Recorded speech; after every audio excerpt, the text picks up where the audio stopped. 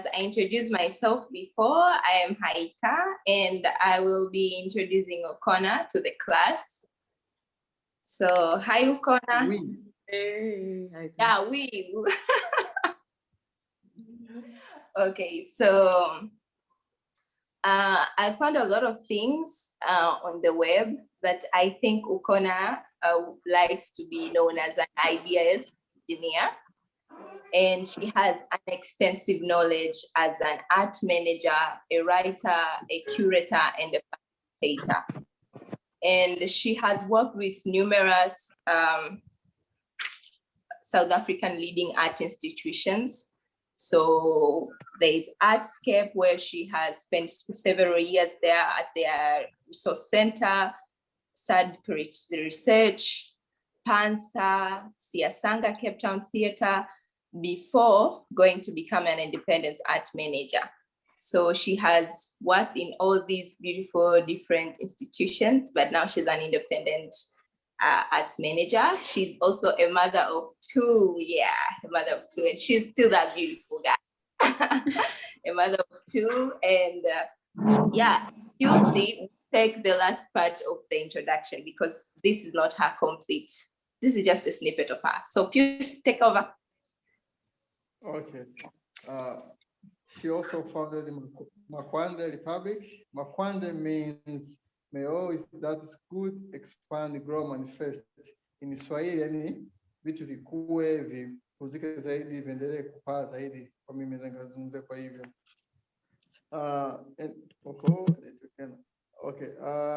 She created this business in her village, Cotton Village, in Eastern Cape Town. It is an inspiration to many artists, whereby they go and retreat has to refresh their mind and to learn more. But Makwande Republic not only offer the retreat, but also offer different activity, different services. This from residence, curator service, consultations. This is an inspiration to us as a curators to look at our village in a different way, not just as a hometown, or it can be an icon area where we can promote our culture and our history and business too. So it's something which I would like us as a curator to learn from Ukhona, so as we can be able to expand on our ideas. Thank you. Yeah. After that, what do I feel like I can leave now. It's all done. You've taken my whole speech. It's really great to meet you guys. It's really just nice to engage with people outside of my immediate, because the pandemic and movement has been restricted, and so I'm definitely feeling a little bit of cabin fever. I'm just like, can I see something else besides South Africa already? So this is really good for me. I'm really grateful to be with you this morning, and thank you for inviting. What was a very volatile time in South African history, in that there were uprisings everywhere. Apartheid was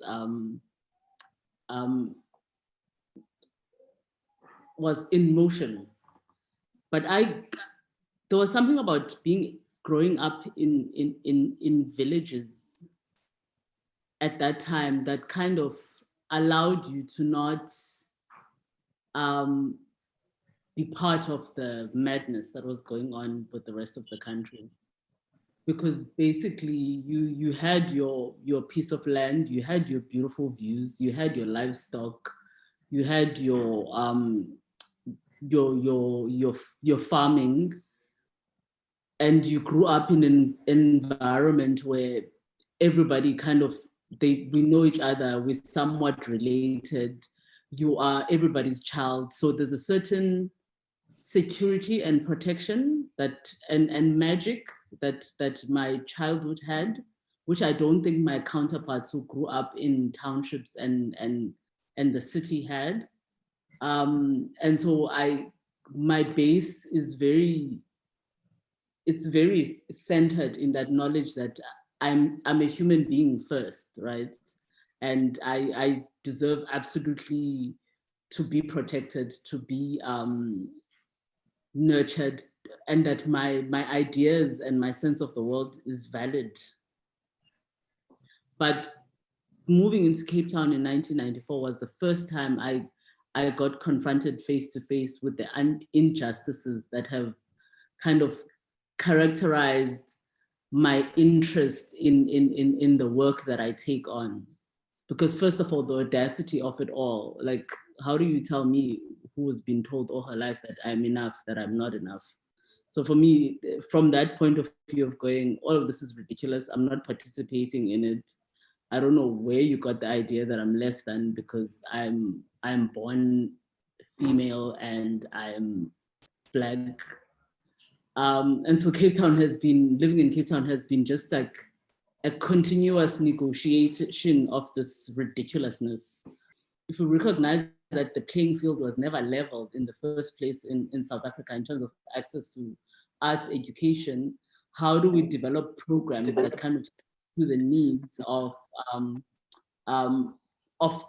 those communities that have been left out of the arts, participating in arts education and arts and culture in that way, right? Gosh, there's a fly that's decided that it's gonna be my friend for the rest of this.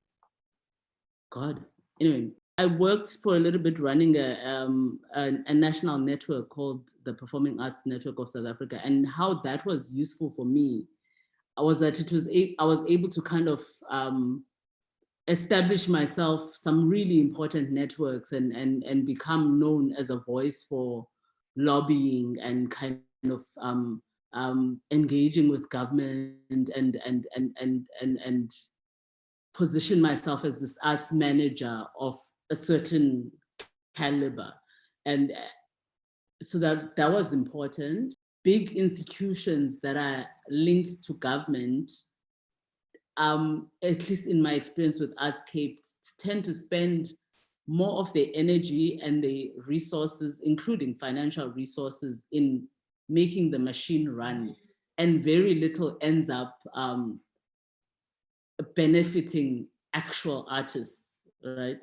So you spend more time filling out forms, filling out reports, than you do actually interacting with artists.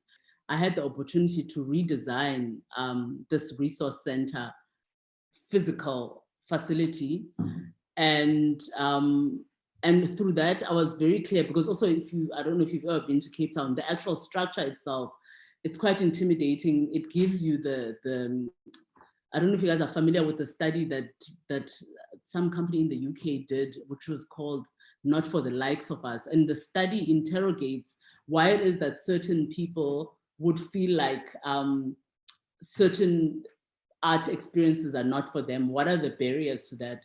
So in the entire, first of all, in the entire architecture and spatial arrangement of Artscape, already you start to see some of the principles of what they talk about in the study, called Not for the Likes of Us, that already make certain people feel like they're not welcome, they're not desirable here, etc., etc. So for me, in designing this new resource center, I employed a methodology called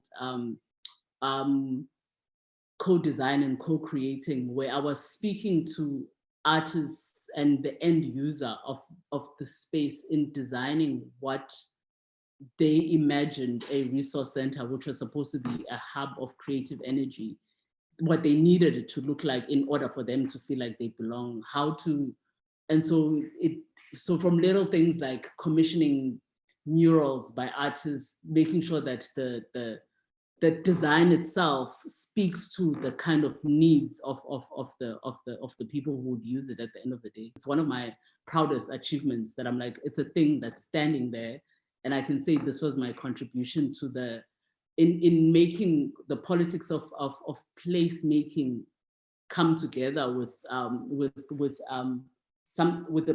permanent structure. As part of my training there, I was developing this project of organizational development and capacity building, because, like I said, so Artscape, for example, has the national, it has the Cape Town City Ballet as one of its in-house companies. It has the Cape Town Opera as one of its in-house companies, and it has the Cape Philharmonic Orchestra as one of its companies. And these are art forms that for some reason, the whole world, I wasn't invited to this meeting when the whole world decided that these were art forms that we'd all be committed to making sure that they survive at whatever cost. I wasn't part of that meeting, but it seems to be a thing. Like everybody talks about how every city needs an orchestra, a ballet, and a thing, and opera. But for me, my question was, so we are a city on the southernmost tip of Africa. Surely before orchestra and ballet came, there were other art forms that are as of classical nature as these other art forms, who haven't had the benefit of having all these resources thrown at them continuously over decades and decades. So what do we mean when we say we want to have different conversations around access and want to welcome other art forms into Artscape? And for me, really, it was starting to recognize that, so because these other art forms have not had the same resources thrown at them, there's a certain level of redress that needs to be done if we are serious about transforming our programming. And so the organizational development capacity building project was about kind of identifying a number of organizations to bring them into the Artscape machine, to give them access to space, to resources, to kind of learn the arts management principles, so that we could strengthen the organizations from an operational perspective, but also give platform for them to be able to kind of have the same frequency of practice and space to develop their processes. So that was that project. But it was at that point that I knew that it was time for me to bow out, because I feel like the two things that I firmly believed could be my contribution were done. And so I left. And many thought that I was committing career suicide, because the gig at Artscape was a gig that could be mine forever and ever. It was like a permanent job with all the benefits. But I was also making a conscious decision that actually, I think I would like to take some risks and play, and that I deserve to do that. And I actually needed to trust that something would catch me on the other side of this audacity to leave this permanent post in an arts institution. In curating specific spaces in the CBD, I obviously had the responsibility to first of all research what the history of the specific spaces was, kind of study how the space configured itself naturally, and maybe kind of have space to imagine what I thought was possible as a conversation starter around the space. For example, there's a street called Government Avenue right opposite the South African Parliament. So it's between the gardens, one of our botanical gardens, and Parliament itself. So one of the things that I would have there happen was that I would schedule games of chess, and the games of chess would be, and also there'd be like a newspaper article speaking about the events of the time, which did seem at that particular time that the officials were playing a game of chess with our lives. And so people would be engaging on the politics while playing a game of chess, and kind of so that interplay of the seat of power and the space of leisure, and also then getting people to kind of interact with the politics in that way was kind of one of the commentaries that I was making on the public space. So I think what then happened at some point for me, having done the whole independent arts manager and curator in Cape Town, and having, there was a point when I was being invited to a lot of speaking engagements, and at some point I really felt like I was beginning to be my own echo chamber. Like there was too much visibility, and there was too much of I don't know, it just, whatever it is, at some point it made me decide that on a certain date I was going to pack my bags and go home to the village, because I needed to hear myself think. So I packed my bags and I went home. And when I got there, because one of the projects that I had just done before leaving Cape Town was that I was part of a team that was developing a framework for cultural mapping for the city of Cape Town. And of course, coming out of that, you know, you're thinking you've got the ideas, you've got the framework of how this thing could work. And I get back to my village and the town and the municipality, and I'm thinking, you know, some of these principles could be applicable here. These people must just like give me the go ahead to do this thing so that I can turn this whole region into a cultural hub and a artistic whatever. What life taught me there is that just because you come from some city and you've got brilliant ideas and you think that, you know, now is the time to implement them, the people who've been living there, they don't owe you stopping whatever they were doing to kind of now pursue this vision of yours. It's a kind of, there's a certain humility with which you need to approach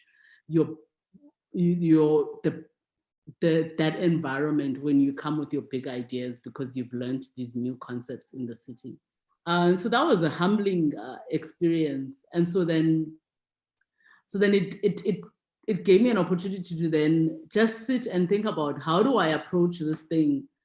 Because I still felt like there was something that could be done with the space, but how do I approach it from as my own, it's my own personal project. And I'm literally inviting those of whom who have space to entertain it. And I'm also making room for them to co-create what this is going to look like. Literally what happened was that people that I'm used to working with in Cape Town were interested to know where I was. And I said, I'm at home in the village. And they were like, oh, can we come? And then a few started coming, and then based on how they interacted with the village, what Makwanda Republic looks like emerged from that, as opposed to me having preconceived ideas of how I wanted to structure this thing. And so the community participation in the project emerged from whatever happened when people got together in the space, which I think, like, it might seem like a small thing, but it makes a major difference. Yeah, so I would call it a village meander, people who obviously needed to kind of go somewhere to hear themselves in the same way that I needed to go somewhere to hear myself. Artists of some international artists would come over, and then it was about how do we negotiate, and I think this is a very important point around, because I've already seen that, I've already heard earlier, I think Pius was introducing me and said, we must think about how we can turn our villages into cultural hubs. And this is a point that I think you need to take into consideration. So how do you invite people into your village without turning your village into a voyeuristic human zoo?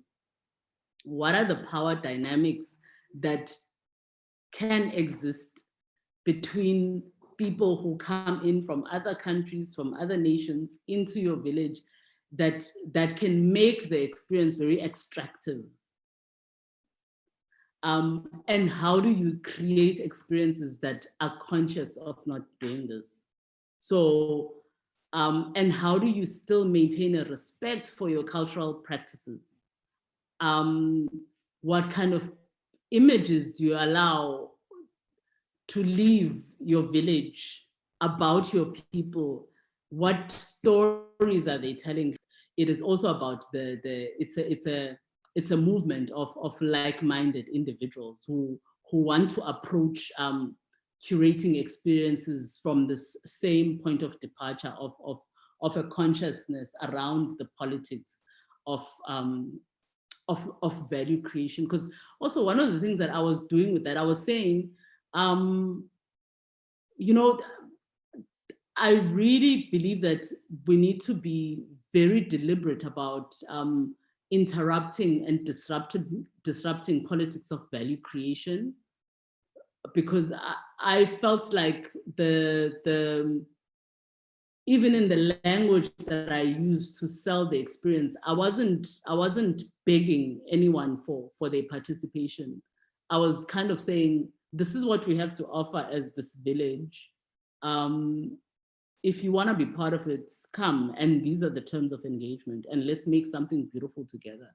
So the languaging and understanding that the reason why certain cultures are considered, because I mean, if you think about it, like if you try and watch a travel show from France, there's all the hype around these villages where, you know, they make breads in particular ways. And ultimately, if you think about it, it's just another village. It's no different to your village. So we have our own bread making techniques, which can stand as things of cultural value and of interest.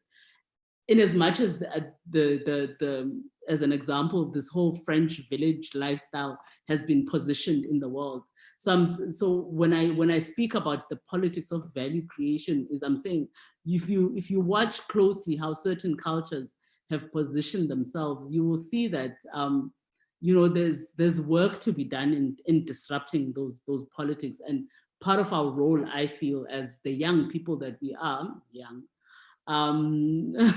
is that we need to kind of, it's part of the work that we need to do as Africans. And I think we're doing it already. You know, there's a lot of people that I know that are doing amazing work that speak to this idea of politics of value creation, for me anyway. So now I'm working as an independent, because I'm also the director of Greatmore Studios, which is Nafasi's counterpart here in South Africa. So I'm doing that, and I think, yeah, my approach to that, I have two interests at the moment. I was talking to Rebecca about this. Like I'm amidst everything.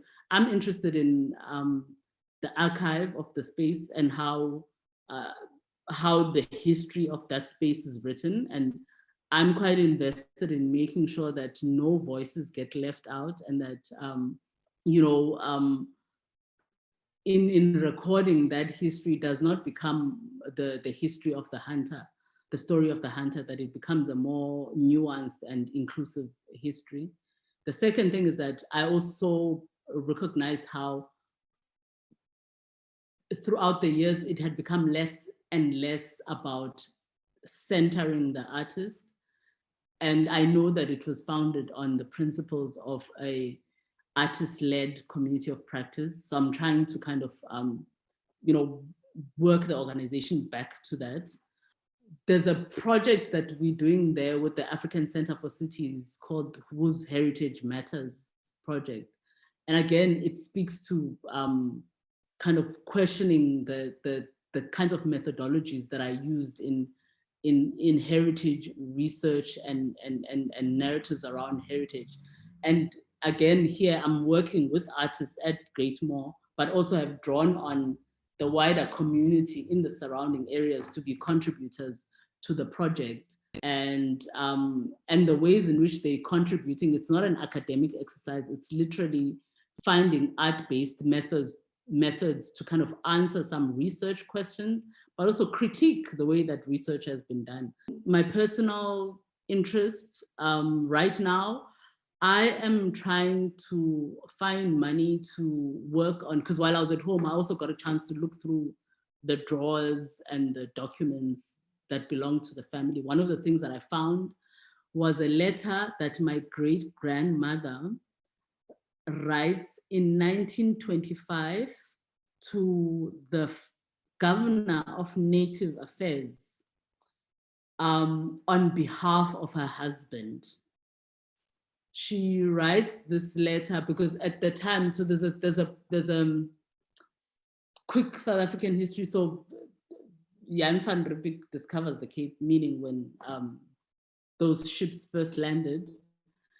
When they stay in Cape Town for a bit, but they discover that the land is not quite workable. You can't grow food. So they begin to move down to the eastern parts of South Africa.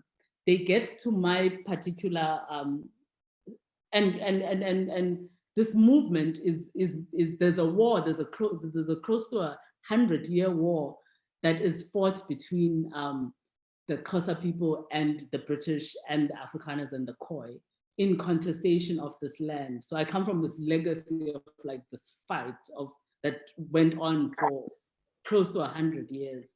So, but then what would happen is that part of the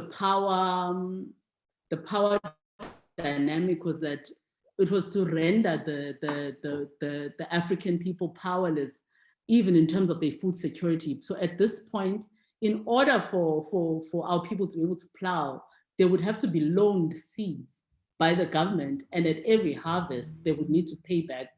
They would need to pay for the seeds that they had been loaned. This is where they'd gotten us economically and in terms of our food security. So this letter is my great-grandmother writing in the most beautiful penmanship in the English language to this governor saying, I'm writing on behalf of my husband. He's not gonna be able to pay you the seeds. He's asking to pay whenever, thanks, bye. There's something about that voice. First of all, it's a woman writing on behalf of a man. And we are all sold this idea of this Africa that is patriarchal. And I think there's some elements of truth to it, but there's something about that narrative that we can contest, because even in our own homes, we know where the seat of power actually sits. And maybe even this notion of patriarchy is something that we borrowed from a very patriarchal society, because our systems of governance are more communal than that. And so for me, that as a starting point, that letter as a starting point provides a material that I want to explore further. Two, there's something in the way that she addresses this authority figure that is, she's not begging, she's not feeling inferior in any way. So I want to speak to that power. I mean, there's so many layers, and I want to invite other creatives for us to use that letter as a provocation to develop pieces of work in conversation with that letter. Because inevitably, in starting to interrogate that letter, we then begin to interrogate what the other family's responses were, who were the women around her, and at some point we begin to trace the history of women, not only in my family, but in the entire village, which then leads me to a movement that existed when I was young, which was called Uzenzele, where women in my village were kind of like at the forefront of development, education, and all of these things within the community. So I feel like this letter as a provocation and a point of departure is gonna make for an interesting kind of exploration and a point of collaboration with other artists. So that's what I'm kind of working towards and I'm interested in at the moment. I mean, there are other things that I'm interested in, but yeah, I think I'll stop rambling now. I don't have a question, but I wish you could keep on speaking. Really? I enjoyed so much. Yeah, she has very great insights. I'm still soaking up all the wisdom. Maybe I'll get the questions sometimes at the end, but now I'm just. Thank you, Heike. I have one question. So you say when you moved back to the village to listen to yourself, would you say you're still in that place, or have you sort of left it behind, either physically or spiritually? Did you manage to carry that capacity to listen to yourself everywhere you go now, or do you still have to go back to the site to find it?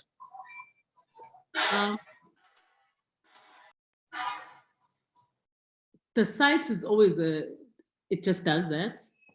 But I think there's something that happens when you are in the city, that the noise still, I know that during the lockdown and everything that was going on in terms of work pressures and being based in Cape Town, there's something that happened where I felt like I was slipping back into the pattern of learned survival behavior of Cape Town, that the December break I used the December break to kind of recenter myself. So against my better judgment, there's something that happened during lockdown and the pressure that meant that because remember, this is inherently who I am. Everything else that I feel that I've become in order to survive Cape Town and the world is merely a survival mechanism. Who I am is just some kid who deserves to sit on the stoop, to take time to think about the decisions that they're making and live a soft life.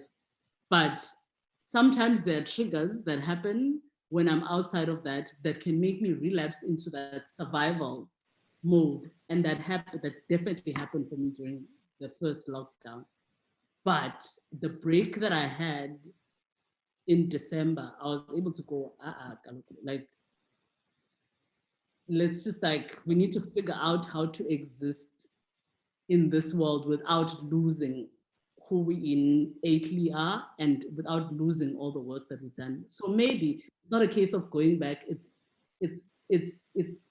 my approach taking on iterations that make sense for a specific time, but being very clear that first and foremost, for me, stillness, slowness, listening to the silence is very much part of what I need in order to be able to survive.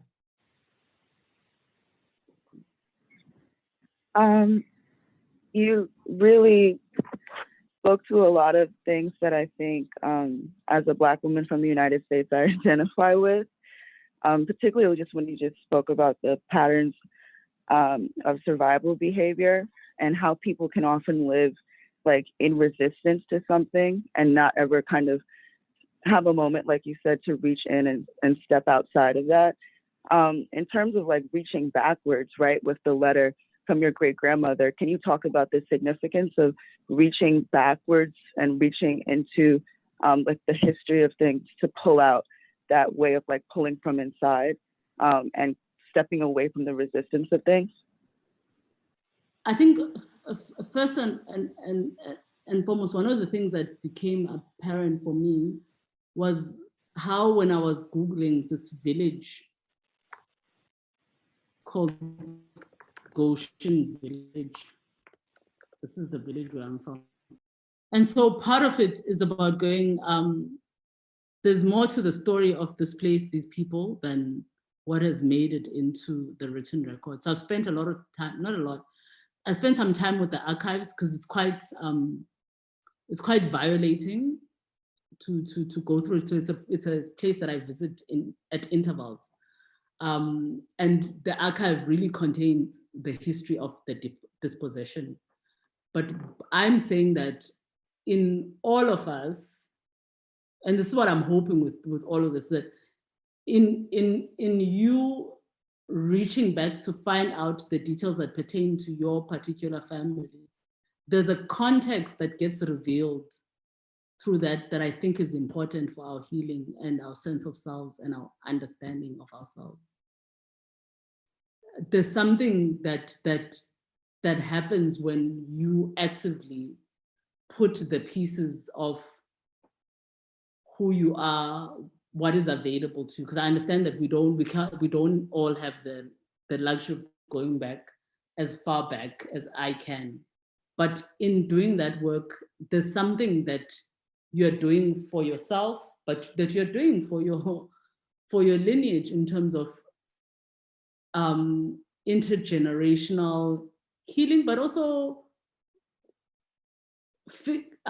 coming into contact with certain parts of your lineage that are empowering. Because in as much as this letter was written at a time of land dispossession and disempowerment, I have been able to find something that I can hold on to. First of all, my grandmother had dope ass handwriting. It makes me feel good. I don't have good handwriting, but it does something for me. It did something for my children when I showed them. The authority with which she speaks to this white man, it makes me make so much sense. There's also another letter that I came across that my grandfather wrote, which is cheeky as hell. It makes me make so much sense. I'm like, oh my God, like this is me. Like, and also there's, so there's certain, even in that while the history and the context might be problematic, there are things about going through this process that are empowering me, and also that because for me, I don't believe time is linear. I don't believe in the past, the future, and the present. I personally feel like I exist between those realms in very interesting ways. So it's not necessarily that I'm healing the past, but there's something that I'm doing for the collective that I come from that moves us forward.